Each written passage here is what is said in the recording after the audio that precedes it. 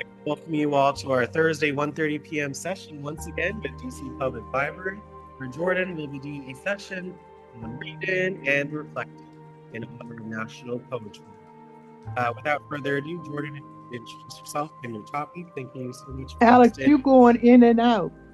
Yeah, thank you for hosting, and the floor is yours. All right. Well, again, my name is Jordan Johnson. I am here from the DC Public Library Outreach and Inclusion Department. And today we're going to read and reflect. It's going to be a program for National Poetry Month. I'm going to do a little bit of information on poetry, and then give a little bit of information on some key players in the poetry realm. So I'm going to start by sharing my screen.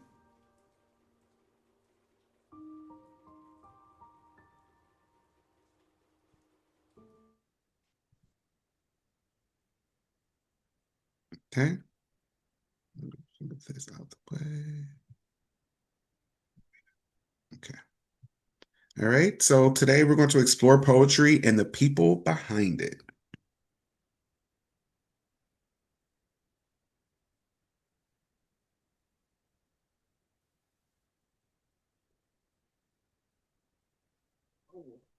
On Being Brought from Africa to America by Phillis Wheatley. 'Twas mercy brought me from my pagan land, taught my benighted soul to understand that there's a God, that there's a Savior too, ones our redemption neither sought nor knew. Some view our sable race with scornful eye, their color is a diabolic dye. Remember, Christians, Negroes, black as Cain, may be refined and join the angelic chain. It's difficult to hear. By Tayana T. Darris. Okay, I'm not sure why that Visit one us is so online low. at www.good. It's okay, Jordan. It's just the video, so you could play Yeah. it again. Being brought from Everyone, make sure you listen and look at the cap. by Phillis Wheatley. Yeah, 55, yeah. Mercy brought me from my pagan land, taught my benighted soul to understand that there's a God, that there's a Savior too, ones our redemption neither sought nor knew. Some view our sable race with scornful eye, their color is a diabolic dye. Remember, Christians, Negroes, black as Cain, may be refined and join the angelic chain. This is a good poetry reading by Tayana T. Darris. Visit us online at www.goodpoetry.org.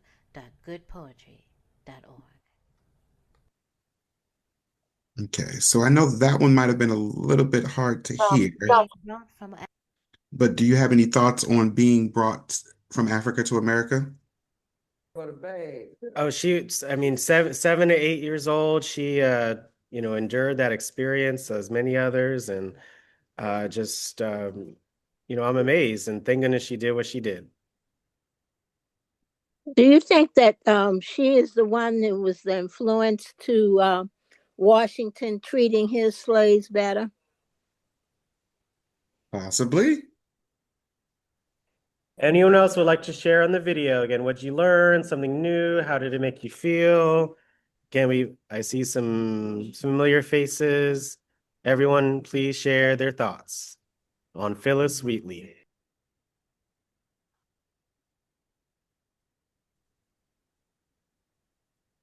Phillis Wheatley was bold enough to write to George Washington, and she must have had a lot of self-esteem to do that. She knew that she was capable of writing to him, and he wrote her back. We don't know if they met or not, but he signed the letter, "Your humble servant," and so I think she made an impression upon him. Thank you for that. Yes. I agree with Geraldine. I'm just surprised that he was so respectful in his response to her, and but continued to be a slaveholder.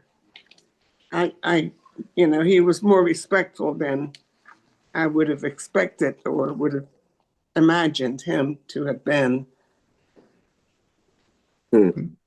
at that time. Interesting. Well, he was one of the white people that was not basically really, really mean and nasty. But he still had slaves. He still had And slaves, yes.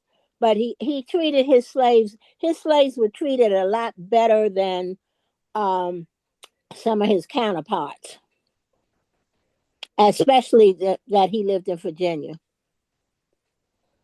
I think he probably had a good feeling about the slaves, but because he have other people that he have to answer to, he just pretend, you know. He really cared about the slaves, but he had to still listen to other people who are with him and do what they think is right instead of what he think was right.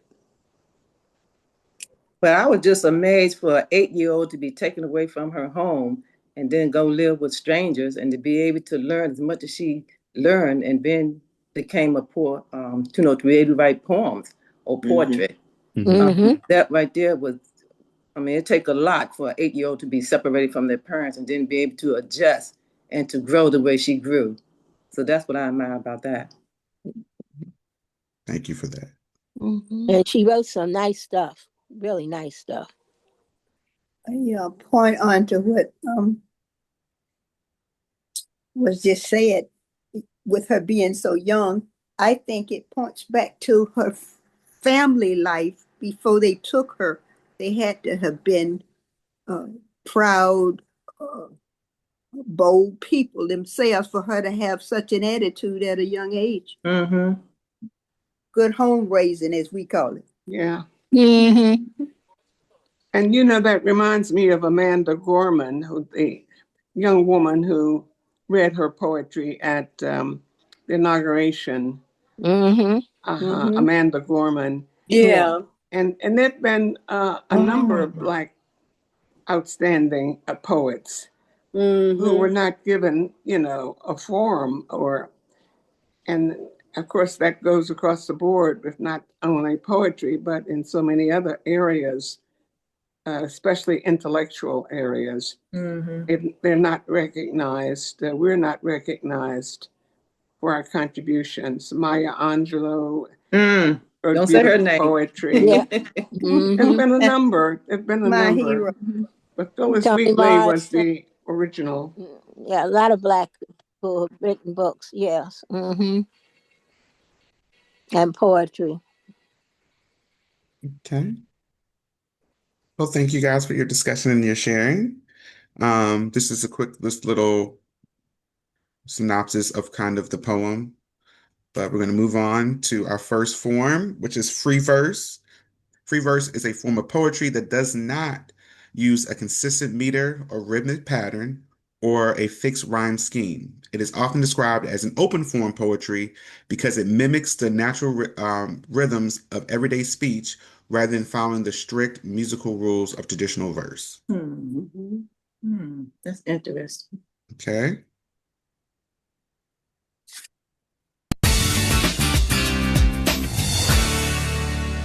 Walt Whitman was the man who revolutionized American poetry. He invented a whole new poetic form, and he opened up topics to a wide range that nobody else would touch. Walt Whitman was born on May 31st, 1819, in West Hills, New York.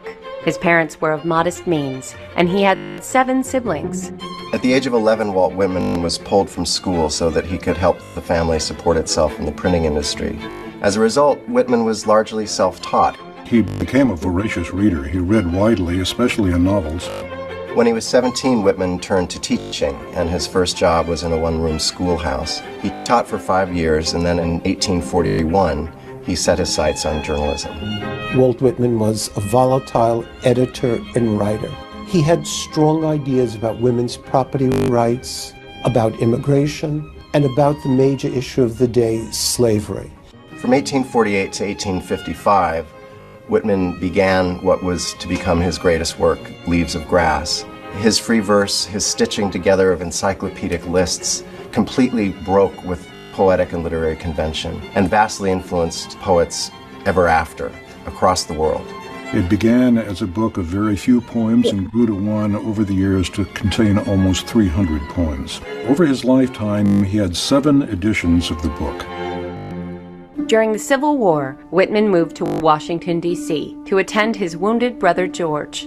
He stayed in D.C. several years, working in the paymaster's office and volunteered visiting wounded soldiers. When he went to the hospitals, there were limbs piled up outside. He spoke with young soldiers who had witnessed the most astonishing atrocities.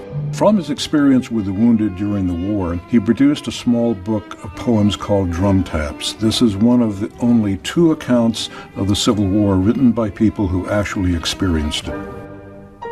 Whitman published 2 new collections of poems in 1870, Democratic Vistas and Passage to India. Whitman was called the Bard of Democracy because all of his poems are based on the notion of a universal brotherhood. He thought that the possibility of America was to achieve a brotherhood that no other culture had yet been able to achieve. Whitman suffered a stroke in 1873, leaving him partially paralyzed. He moved to Camden, New Jersey, where he remained until his death on March 26, 1892. In his lifetime, Leaves of Grass was considered by many people to be a disgraceful book. But by the end of his life, he acquired the name The Good Gray Poet, as if America was finally ready in the later years to accept him as a poet. Whitman never really received the attention that he deserved during his lifetime. It was only in the 20th century that we learned how to read his poetry and understand what he accomplished.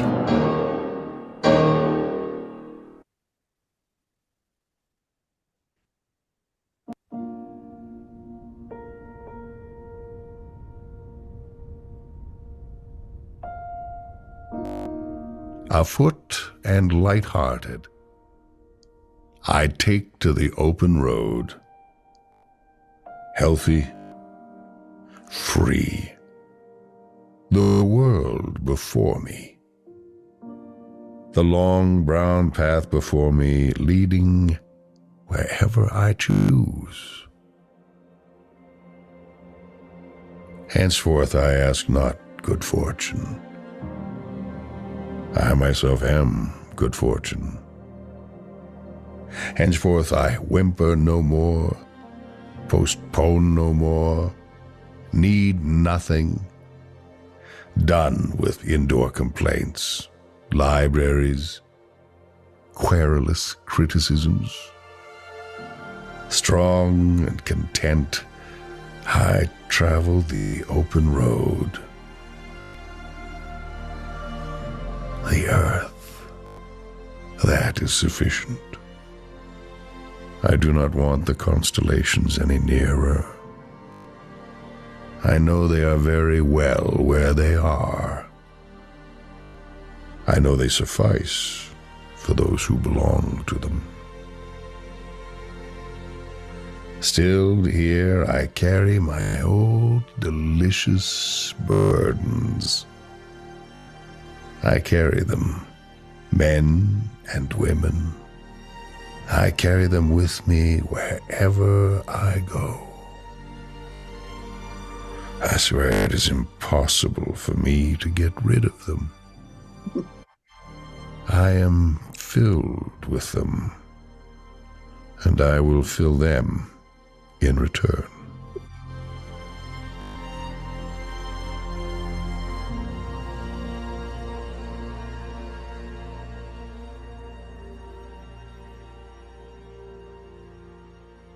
Okay.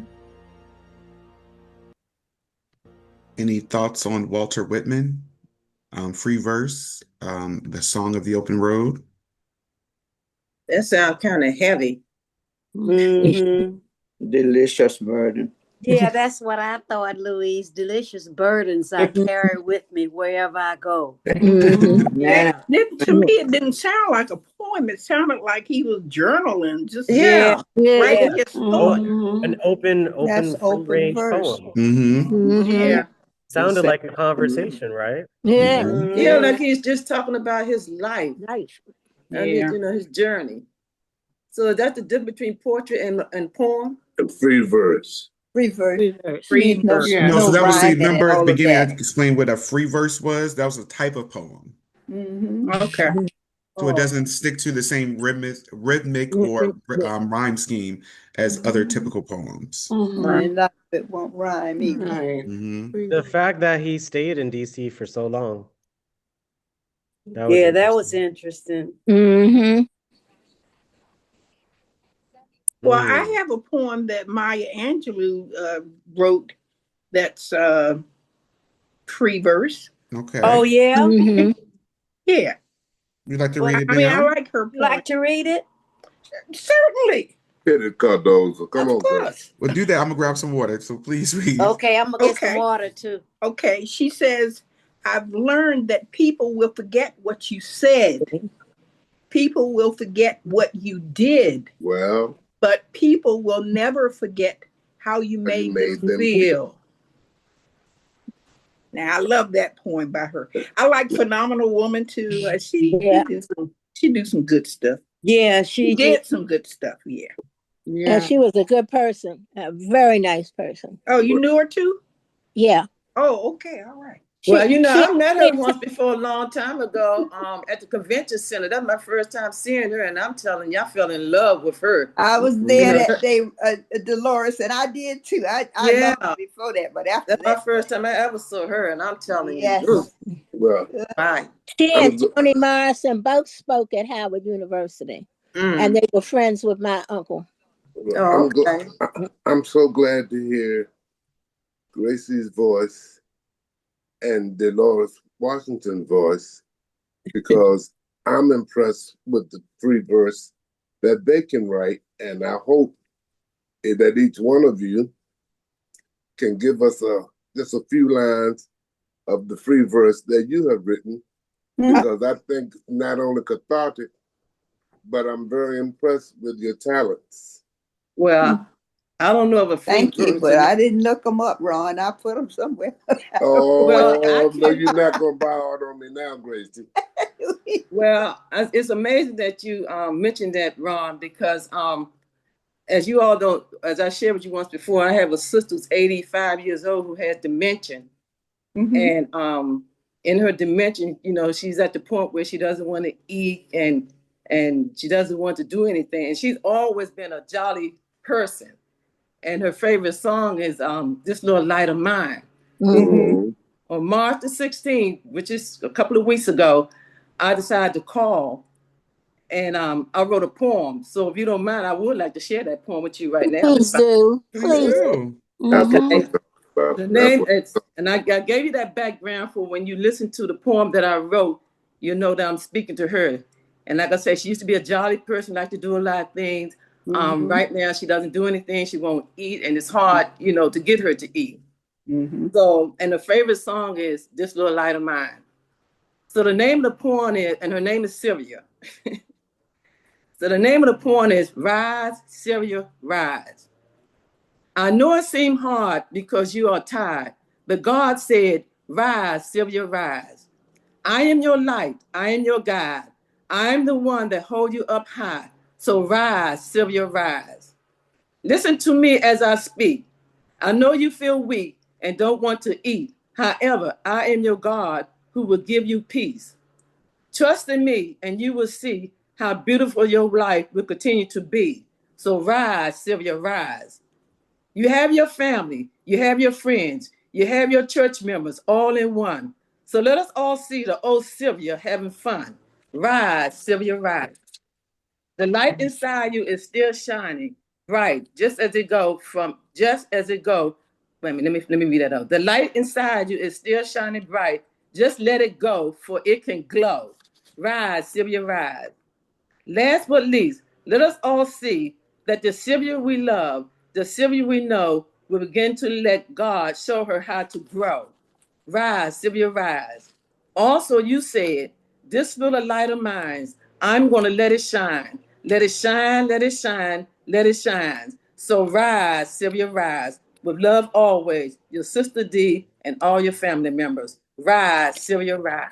Go ahead, All D. right. Oh, Yes, that's that's Go ahead, good. D. beautiful. Mm. Very nice. Wow. I told I you like she was. Yes. that's I nice, told you girl. she was bad. I told you that's a bad girl. Good girl. You go, girl. And you know, she was so happy because she wasn't speaking, she wasn't doing anything. And when I said that, mainly the last part by Rise, Sylvia Rise, she started singing the song, This Little Light of Mine, I'm gonna let it rise. So that made me feel happy. Good. Oh, That yeah. made Mm. me So feel good. that she That's nice, understood. Dolores. You had reached. Thank you, D. Thank you for sharing, Dolores. Thank you, Dolores, D. that was Yes. I needed And that. thank you Thank for you. sharing, Brenda. As soon as you were like, "Ooh, that's so right," what she said. So y'all made me happy. yes, yes. Nice. Yeah, she That was started singing her song, and I was so happy because she wasn't talking, she wasn't doing anything. that's good. That was real. Dolores, So, I have a sister 92 is in the same shape as yours. oh, yes, well, let's keep them up in prayer. That's all Yeah, I we do. Yeah. Yeah. Yeah. And thank you all for listening to my poem. That was Yeah, nice. that I was enjoyed good. that. Thank you That for was good. sharing. Dolores, that was real Jordan, good. what did you think? What did he think of the? Of the poem? Yes, the Oh, poem. it was amazing. There's something similar. I have a video at the end. A gentleman who wrote a poem for his sister as well.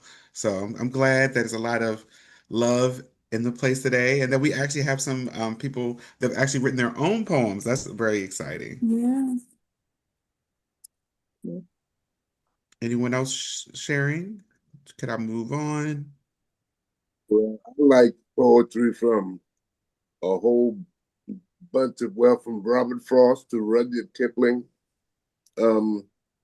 Some poems are just poignant and relevant when you see or hear them, but just about everyone has a poem running through their head, but putting it down on paper is not a trick. It's a blessing and a talent. Yeah. And a talent. And we have some talented poets in this group, whether they choose to come out with it or not. Gracie. But I just love, the spoken word, because it comes from within your soul and it comes through your larynx and out your mouth. And I'm just impressed with that. But I just wanted everybody to know we have some talented young rascals in this group. Yeah. Thank you, Ron. Listen to her, Ron. I appreciate you. Well, Thank thank you, you know guys who? for sharing. Thank you, Ron, for sharing. I wanted to share something, Jordan. Okay.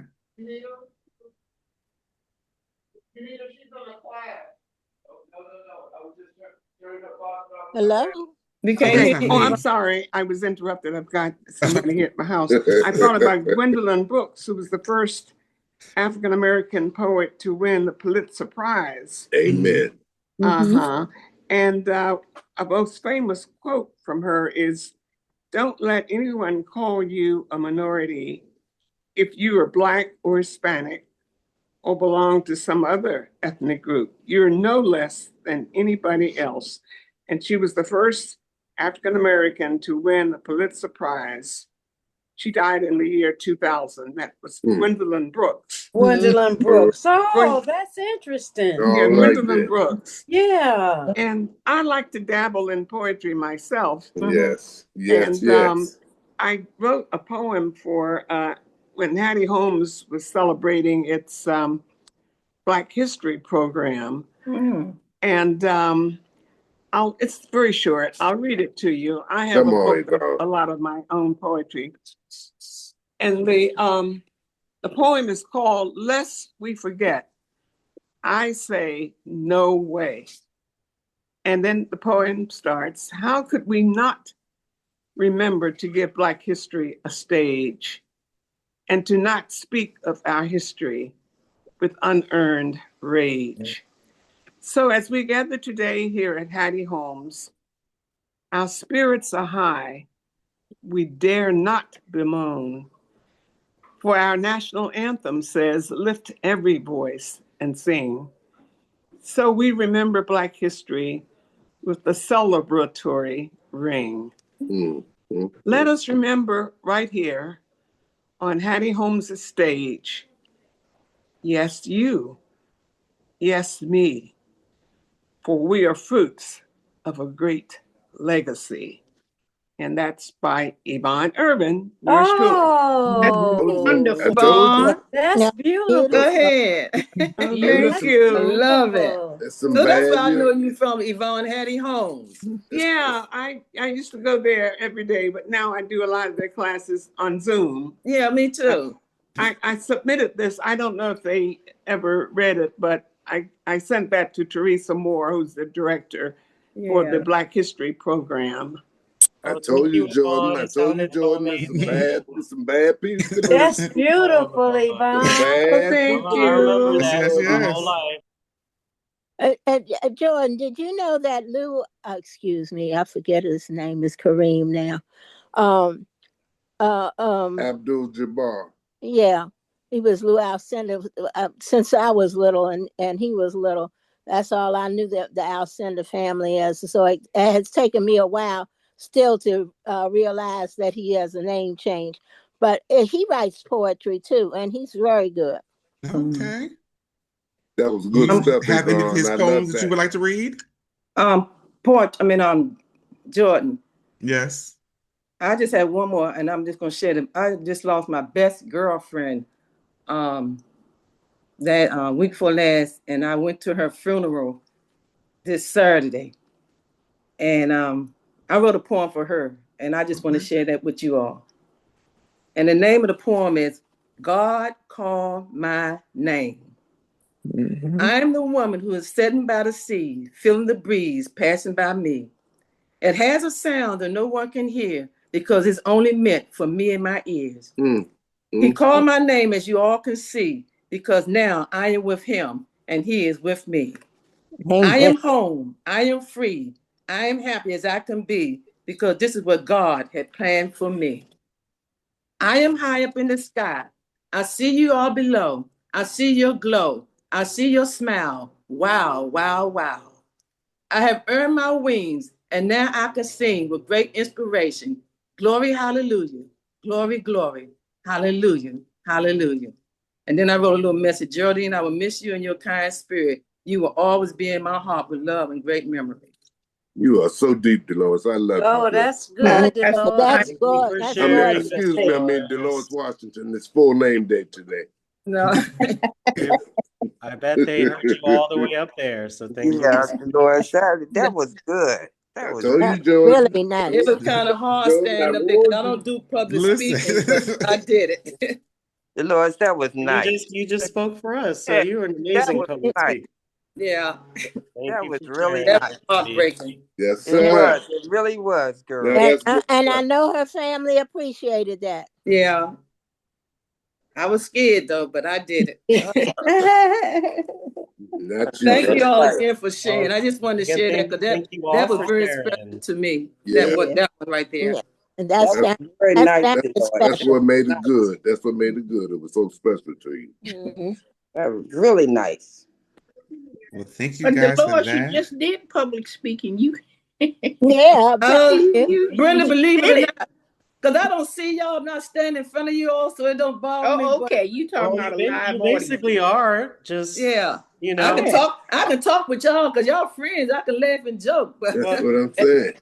Get me in Just front of a imagine group, like y'all. you're this all the time. If I see y'all in person, y'all be like, that's not the same Dolores I see on Zoom. No.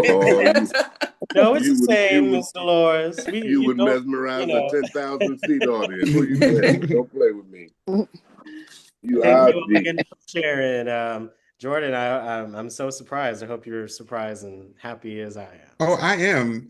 Are there any other volunteers to read their poems? Any other poets? Oh, they're in there. They're just being silent. But that's okay, too. They're They trying do to it act amongst shy. us. They do it amongst us, but only thing I can do is signify monkey, and y'all ain't ready for that today. Oh, yes, we will. We'll listen to your signified monkey. We like your signified monkey. Yeah, I do. Y'all so crazy. I love my bunch. We love you too. Okay. Why does it keep doing that for me? All right. So since we don't have any volunteers, and I know we're getting close to the end of the program, I'm going to kind of go through these next ones kind of quickly. I'm going to skip the videos. I'm going to go over a little bit of information, and then I have a couple poems I'm going to read at the end. All right. Again, I did not curate these poems. I just thought they were nice to read. So, lyric poetry is a formal type of poetry which expresses personal emotion or feeling, typically spoken in first person I. It is less about telling a long story like an epic and more about capturing a specific moment, mood, or realization. Yeah. So for this, I was going to highlight Maya Angelou, Yeah. and I will let her. Yes.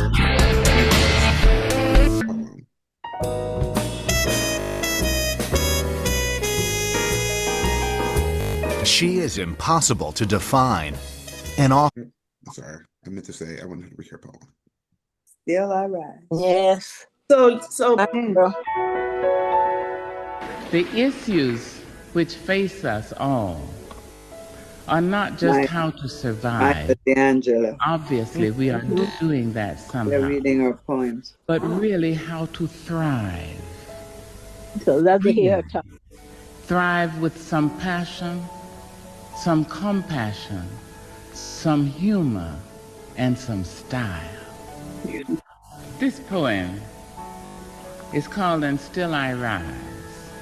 Now, every person in this auditorium has gone to sleep one night or another, or gone to bed one night or another with fear or pain or loss or terror, unhappiness, grief, insecurity, and yet each of us has awakened, arisen, seen another human being and said, "Morning, how are you?" "Fine, thanks, and you?"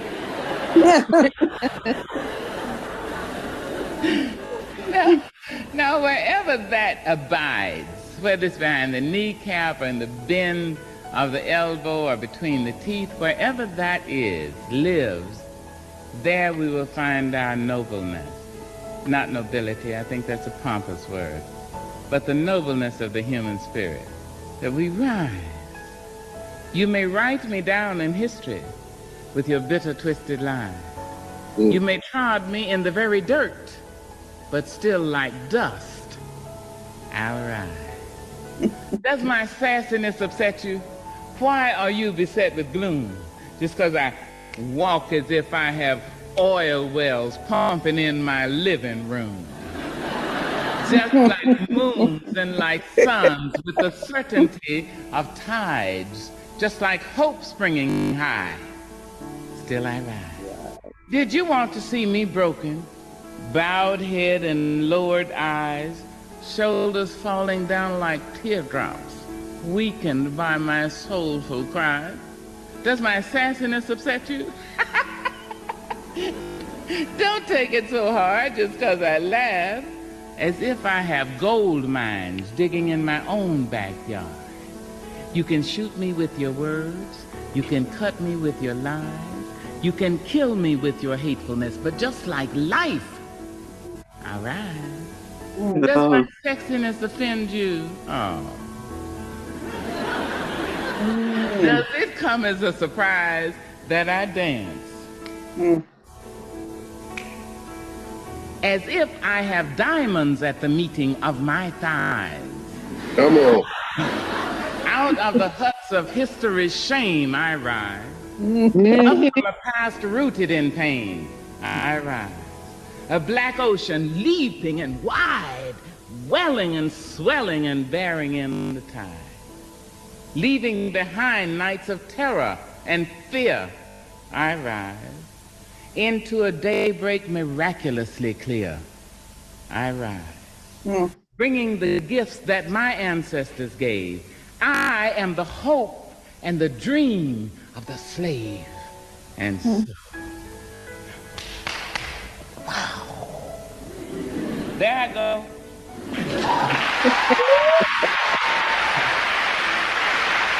Okay. Yes, sir. Yes, we're sir. gonna go up a sonnet. We're gonna go past that. We were going to go over spoken words, and we mentioned that earlier, and do a little bit about Nikki Giovanni. Giovanni. But I'm gonna hurt it's ego tripping, but I want to this was the gentleman that was the first golden buzzer for spoken word. So Okay. I'm just gonna play this, and it's gonna be our final video. I have two facts for you. One, I'm 6 feet tall. And two, love is the most vulnerable thing one will ever have. And you must learn to hold on to it loosely, so when it leaves, it won't exit so painfully. On July 14th, 1996, an angel was brought to this earth. Her name, Danielle Marie Gibson, but I only know her as Puff. Her smile is as wide as the universe. Her eyes, they glimmer like the stars. She is my world and my sister. I, just 4 years old at the time, learned what it meant to love selflessly for on days in which my strength was but knee-high. Seeing her smiling face would make my soul fly. But on March 23rd, 1997, I've been ground-bound because she left Earth to go back home amongst the stars, right next to God. But I was left here to manufacture wings out of tears and broken dreams, yet I'm still haunted by these nightmares because I have a really creative mind, and sometimes it designs these alternate realities where she is still here, still alive, and all the things I wish we could have done are played again and again and again, and I'm tired of playing God because I gotta come to terms with the fact that my sister ain't never coming back. And that's the cost of love. Caring for someone so much that you can't imagine living life without them, staring at a grave like, how about I trade my 6 feet for yours, but that's not real. And I know I said earlier to hold on to love loosely, so when it leaves, it won't exit so painfully. But if this pain and these memories are all that I got left of you, I won't never regret these scars from just trying to hold on to you. Wow. Wow. That's good. Wow. That was Was good. excellent. He should have got the golden buzzer. Yeah, he Yeah. should have got the golden buzzer. What happened on that one, Jordan? How did that one end? Oh, I'm not sure. I just know that they had said that he had got, like, that was the first golden buzzer on spoken word. I don't actually watch a lot of Jordan, I had a poem that my was grandson amazing. wrote me. My grandson wrote. I was looking for it, but it's not a poem, but something he wrote when he was in high school. They picked certain people to put different things in a book, and this what he wrote. But he grown now. But it says, "I love that man, Denise Jackson, my grandmother," by Charles Walker Jr. It was 11:30 at night, and my grandmother was watching a repeat of her favorite game show, The Price is Right. I could tell she was into the show because she didn't answer me when I first called her name. She was wearing her bright blue nightgown that had clouds printed on it and wearing her Baltimore Ravens slippers I bought her for her birthday. She was also enjoying some hard candy because she was a diabetic. Denise Jackson is sitting on her bed, that she loved with her all the way from Maryland. She felt disturbed by talking about her past, but at the same time, she felt like she had trophied her past because of what she had to overcame. Born and raised in D.C., 3rd Street, I grew up living. This city I hated. M.M. Washington High School, I attended. Age 17, I dropped out. I had a child. And in these rough streets, I couldn't raise my child here. So Oxon Hill, Maryland, I moved to. Only because of my stepdad, I met this very nice guy, Louis Jackson, his name was. He was a countryman, lived in Louisa County, Virginia. He moved to D.C. in 1987. He moved into a new apartment that was far from mine. We started to get to know each other better, and before we knew it, we started dating. He didn't mind that I had a child by another man already in my eyes. He was a real man. It took 10 years before we got married. We looked into each other's eyes and knew we was meant to be. 2010, Lewis had a massive stroke. Sit down, a Jack Glim look on my face. In the hospital, he remained for the rest of the year. The following year, morning of February 11th, the doctor called me and said, "I'm sorry, Miss Jackson, but your husband passed away." I was in tears, sits on the floor. It was a pain I never felt before. After he passed, I forced to move out our home. I moved back to DC with my daughter. Couldn't believe it. Back in DC, right back where I started. My grandson wrote that. They put it in the book. That was nice. Yeah. Yeah. Really good. Thank you for sharing, Denise. That was very beautiful. Denise, that was really nice, Denise. It was. And I was Jordan. It's a blessing that you still have it, Denise. That's a blessing. It's a book with other ones in it. The school picked certain people to do the book. And he was one of them. I'm sorry. Could I ask you to go back to that slide of that young man? Right quick, because I wonder if everyone noticed what was written on his jacket. I couldn't see it. I read it. I want everyone to see that because I can't see what it says. It says created to create.